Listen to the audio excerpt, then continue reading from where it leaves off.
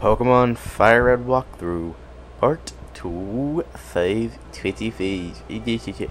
We're back in Lavender Town, that's what it's called. And we're gonna do Route 12 in this part of my Pokemon Fire Red Walkthrough. This is part 25, if I did not make that clear earlier. So we're gonna do Route 12, and I put Venusaur up front because it needs to get some levels. And mostly because you're going to run into a lot of fishermen. So if you've got a grass type Pokemon or an electric type Pokemon, this would be a perfect route to get up some levels. I'm sorry, I had to stop and think there. I'm a wee bit slow today. And they're basic Pokemon. I think the most I've seen around here on this route, they're mostly Goldines. So it's basically just an easy route for a grass type or an electric type just to sweep through. The next route's mostly Route 13, the one after this, which I'll do in the next video, is mostly bird type Pokemon. So if you've got a rock or electric or ice type that needs to get leveled up, it'd be a perfect route. I've been thinking about how I'm going to do the Elite Four. I should be able to get through it pretty easily if I have all my Pokemon up to level 50 by then, which I don't see a reason why I wouldn't.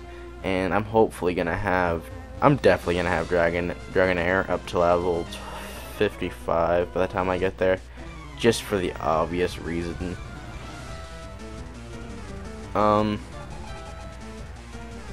It's also my bad that I haven't gotten a video out sooner. It's been a week, literally. I think it's like been 1 week since my last video. I've just been busy. It's really funny. I've been playing through Pokemon Crystal and Gold and Silver. I played through all 3 of them like 4 times. It takes me exactly 1 day to get through the Elite Four and Trainer Red battle on those games. I did not realize how easy those games are. Because back when I played them when I was a little kid, I just couldn't. But now I realize how easy they are. I mean, if you're a new person to Pokemon, I highly suggest you play Gold, Crystal, or Silver, because I believe, in my opinion, they're the easiest games, because all you have to do is get your Pokemon up to level 40 for the Elite Four, and you're perfect. And then in the newer generations, you have to get them up to like level 50 before then to have an easy time. I mean, you can go in at a level 35 in the Elite Four and struggle just a little bit. Hell, I've seen, I think it was Leroy that went through on a Sapphire walkthrough. He went in with level 38 Pokemon to the Elite Four, and he just took everybody out. You have to give him some mad respect to be able to do that, because I know for a fact if I tried that, I'd just screw it up somehow. Okay, another fisherman. All fishermen on this route, mostly you get a couple pet campers and picnickers.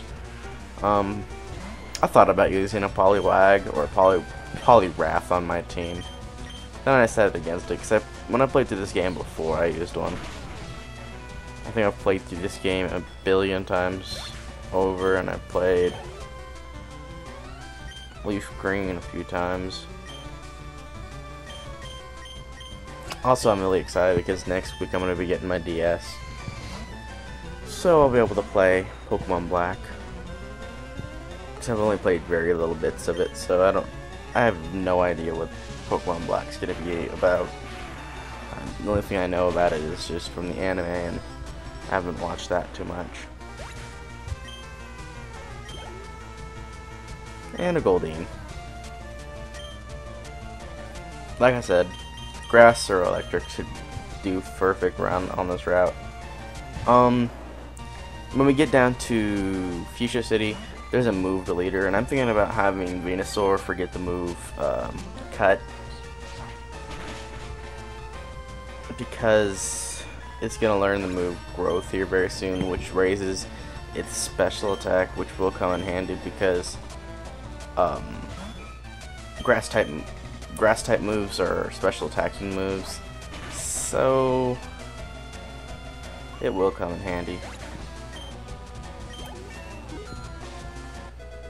And I've also thought about the next game I'm gonna do for a walkthrough. I thought about starting another walkthrough, but I decided not to because I see a lot of people doing 4 different walkthroughs at the same time, and I thought to myself, finish something before you start a new one. That's the only thing. That's just my opinion on it.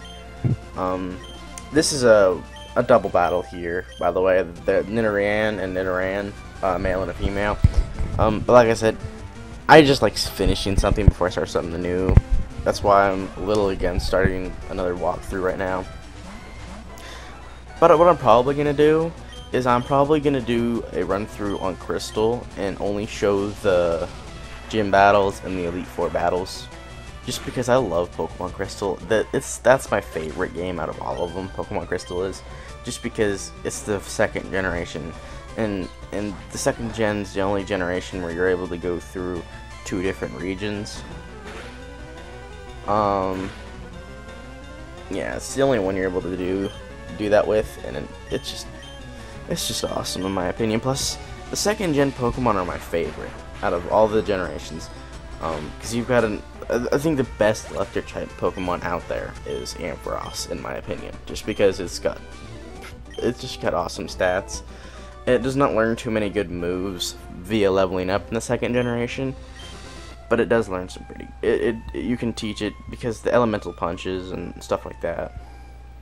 And here's another Snorlax, and since we already caught the other one, I'm just gonna run away from this battle because there's no need to battle it to get the XP or just to battle it in general, just because it'd be a pain in the ass and a waste of my time. But like in the other videos, if you stand right, like in the other video where you stand right where it was, you can get an item leftovers and just use the item finder. You have to have the item finder to use this to get it, but once you get it, it just slowly regains your Pokemon's HP in battle. So it does come in handy in like just regular old trainer battles or when you're training, or definitely comes in handy in the Elite Four. And then in this house, this is the, I don't know who his name is, but it gives you the Great Rod or Super Rod. Yeah, it gives you Super Rod. And basically the Super Rod is just basically a Super Rod. You're able to catch Gyarados, Krabby, Shelder, Horsies, Seadras, just the higher end water type Pokemon. Basically whatever you can't catch with the old rod, you can catch with the Super Rod. Oh, here's the new one. This guy has a Voltorb and Electrode, so he's an electric type Pokemon trainer. I don't like Voltorbs or Electrodes just because the only electric type Pokemon, the move they learn via leveling up is Spark, and Spark is a really crappy move in my opinion. Although I haven't played through the Hoenn region on Pokemon Ruby, and every time someone uses it on my Pokemon, I kept getting paralyzed. Like literally every time I get hit with it, I was paralyzed. You have no idea how many paralyzed heals I went through.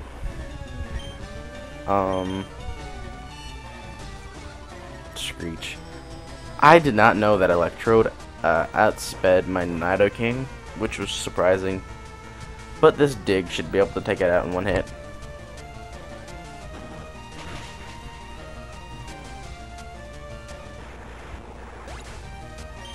I don't know if I'll talk about this, but I was almost to the point convinced that I wasn't going to use a Goldeen on my team. But then I decided against it. I'm just going to use Dragonair because it learns all water type moves, so via TMs and HMs, so I might as well use it.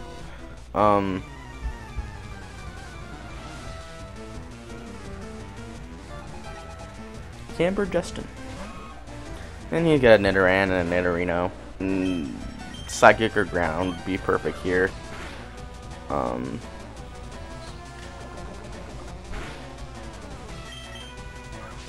I don't know what to say. I'm just at a loss for words just because I'm out of it.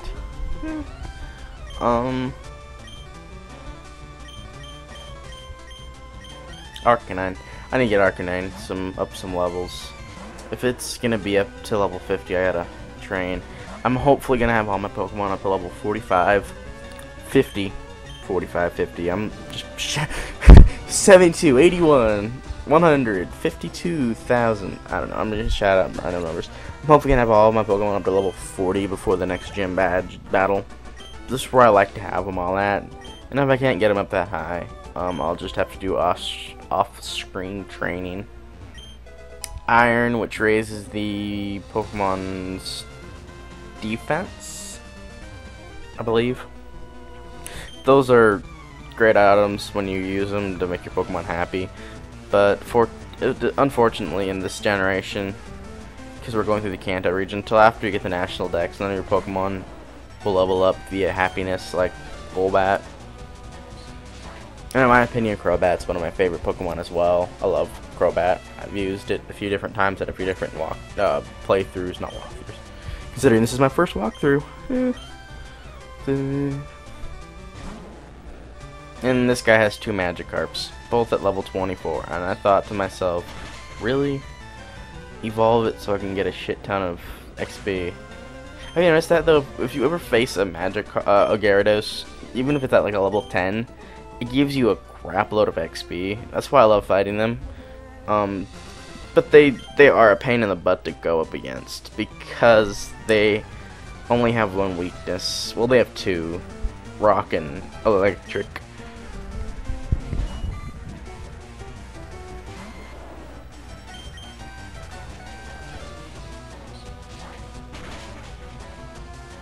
Oh yeah, I was playing through Crystal, and I got the Elite Four. I was facing Lance in the Elite Four champion, and he had an Aerodactyl, and he's supposed to be a Dragon-type master. I'm thinking, okay, he has a Gyarados, Charizard, and Aerodactyl, and like 3 freaking Dragonites. Not a Dratini, not a Dragonair, 3 Dragonites. 2 at 47 and 1 at 50, and I thought, really? What's the point of having 3 of the same Pokemon on one team? If you're supposed to be some sort of Dragon Master, he should just, an Aerodactyl doesn't even learn any Dragon-type moves, so how is it a Dragon? It's just an ancient Pokemon.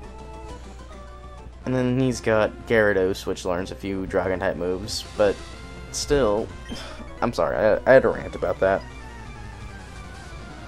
And now we're gonna get into the bird keeper people.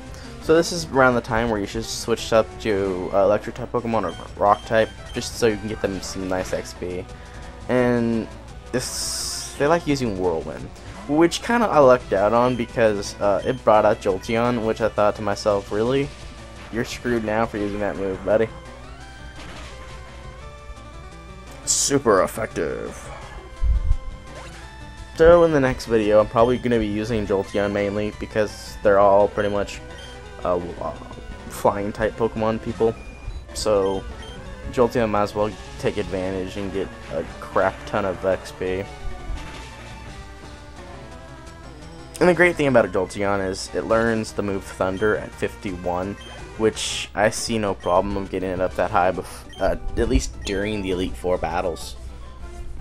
Thunder is just an amazing electric type move. And we're running low on time now. And I don't even have really covered. Basically, all you're watching me do is train for the next battle, next gym battle. Get all my Pokemon up to levels. But I've also decided, I'm gonna do a Pokemon Crystal gym battle. I guess you can call it a Let's Play. This is my view on Let's Plays and walkthroughs. A Let's Play is just you playing it and not really doing a coverage of it, and a walkthrough is you just cover pretty much everything. So I'll probably do like a Let's Play of it, because I'm probably just gonna do the gym battles, Elite Four, then Kanto Gym, and then Trainer Red. Something I found interesting is in Pokemon Crystal, Gold, and Silver. When you go face Trainer Red and your Pokemon are low level, just go do the Elite Four again, because the Elite Four, their Pokemon stay the same. Same levels, same Pokemon. So if you're able to get through them once, it's a perfect chance to get just a whole bunch of XP on your Pokemon. That's what I did. So, I'm probably gonna do that. I'm gonna do Crystal Let's Play, I guess. Do the gyms and the Elite Four and Trainer Red. Ooh, a Pikachu. I looked at my door for a second. I was expecting someone to barge in, but no. Okay, this is gonna be the last trainer we are going to fight on this route. Because the next route is Route 13, and we'll be covering that in the next episode of my Pokemon Fire Red walkthrough. That'll be part 26. See how I added there? Because this is 25, and the next one will be 26.